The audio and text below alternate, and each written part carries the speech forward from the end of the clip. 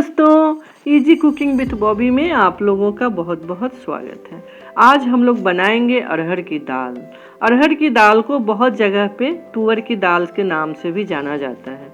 कुछ लोग इसे पीली दाल भी कहते हैं। आपके यहाँ किस नाम से जानते हैं, प्लीज़ कमेंट बॉक्स में ज़रूर से बताना।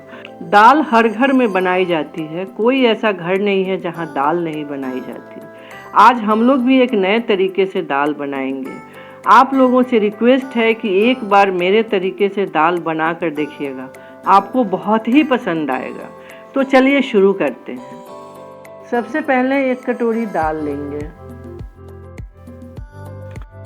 दाल को 2-3 बार पानी से वॉश कर लेंगे।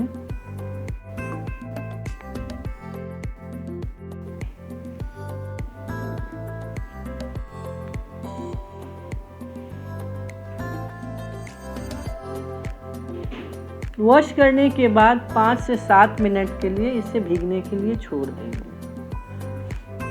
5 से 7 मिनट हो गया है। अब एक कुकर के अंदर दाल को ट्रांसफ़र कर देंगे। 1 कटोरी दाल है तो 3 कटोरी पानी लेंगे।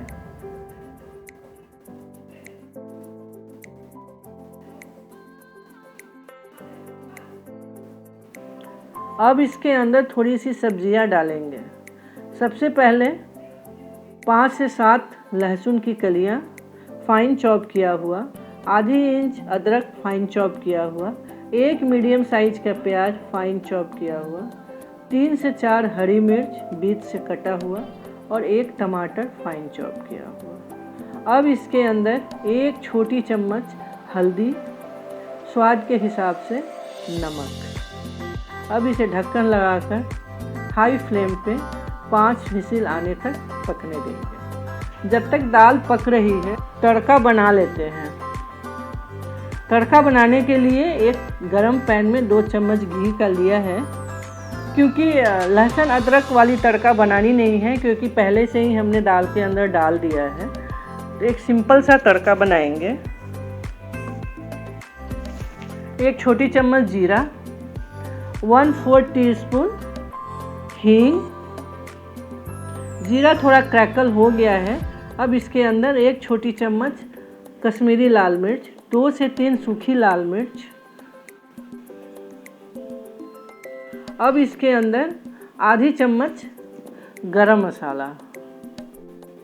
सारे मसाले लगभग पक चुके हैं, दाल भी पक चुकी है। अब तड़का के अंदर धीरे से दाल को डाल देंगे। ध्यान रखना है कि दाल छलक के हाथ को जला न दे।